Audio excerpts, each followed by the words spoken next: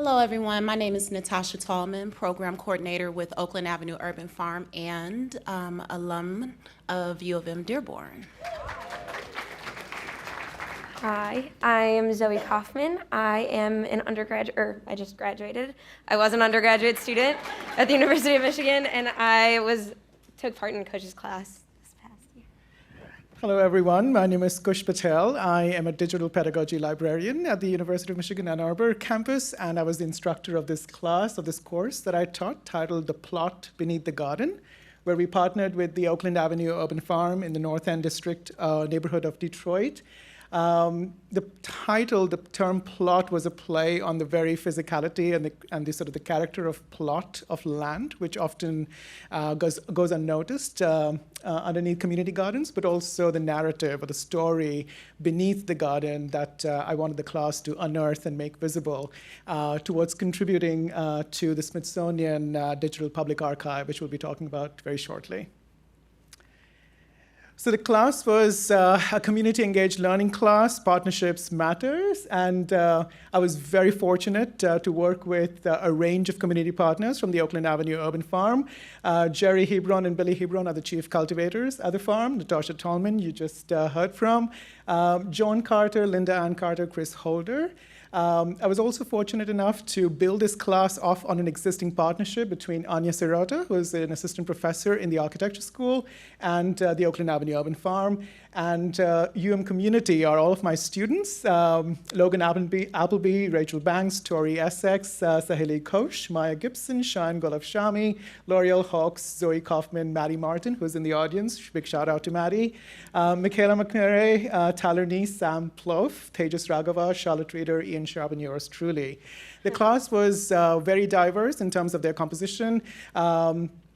There were first-generation students, there were non-traditional students, there were students from Detroit, there were students from Metro Detroit, and there were students from outside of Michigan. There were students who were juniors and seniors and upper-level freshmen. So a lot of classwork was also around community building. So it was as much a class or a course around community engagement as it was around establishing a common ground where we build community, understood each other, get to build trust as a class.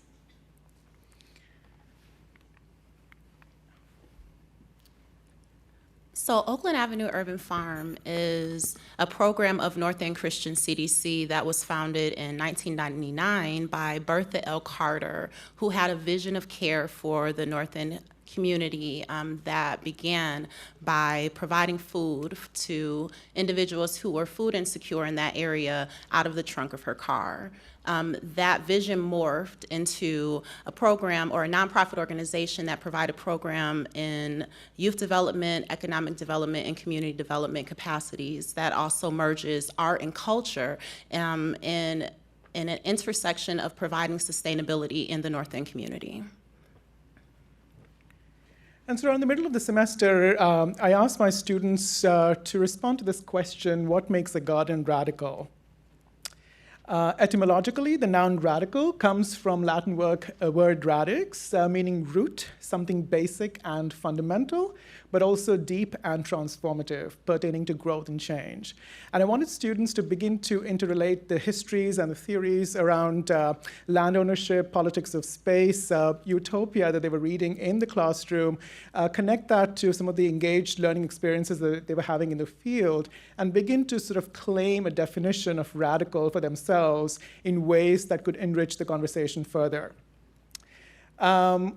Among a range of contributions, we maintain a class blog, and this is a kind of a screenshot of that blog where participants not only introduced themselves, but also did photo narratives, photo essays to begin to talk to community partners, record those insights, and put them into action and thought processes for us to work with during the class. But of the range of sort of essays and contributions that I received, there was a shared sentiment around care that kept coming up among all of those responses. And that is what we're going to be spending some time in this presentation. Each one of us is going to talk about what care means to us. And so I'm going to turn over to Zoe, actually, and she can talk more about her experiences with it. So through this class, we were able to engage not only with the readings that Kush assigned us, but also with community members themselves.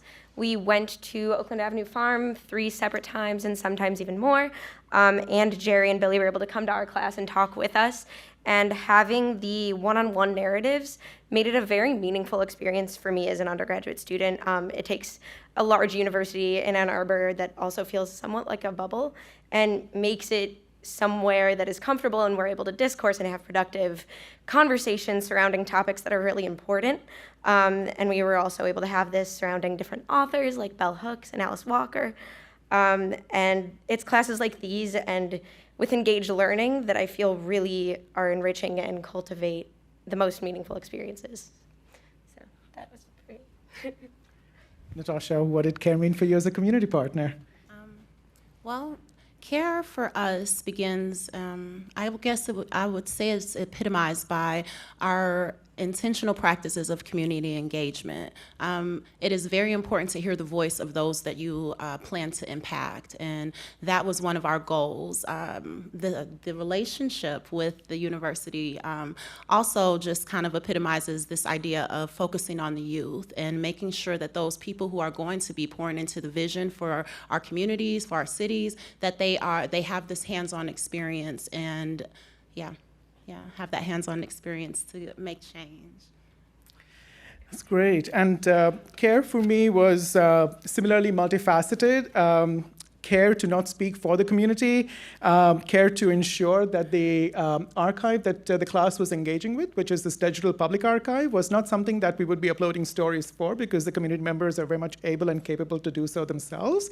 But I wanted students to really engage with what it means to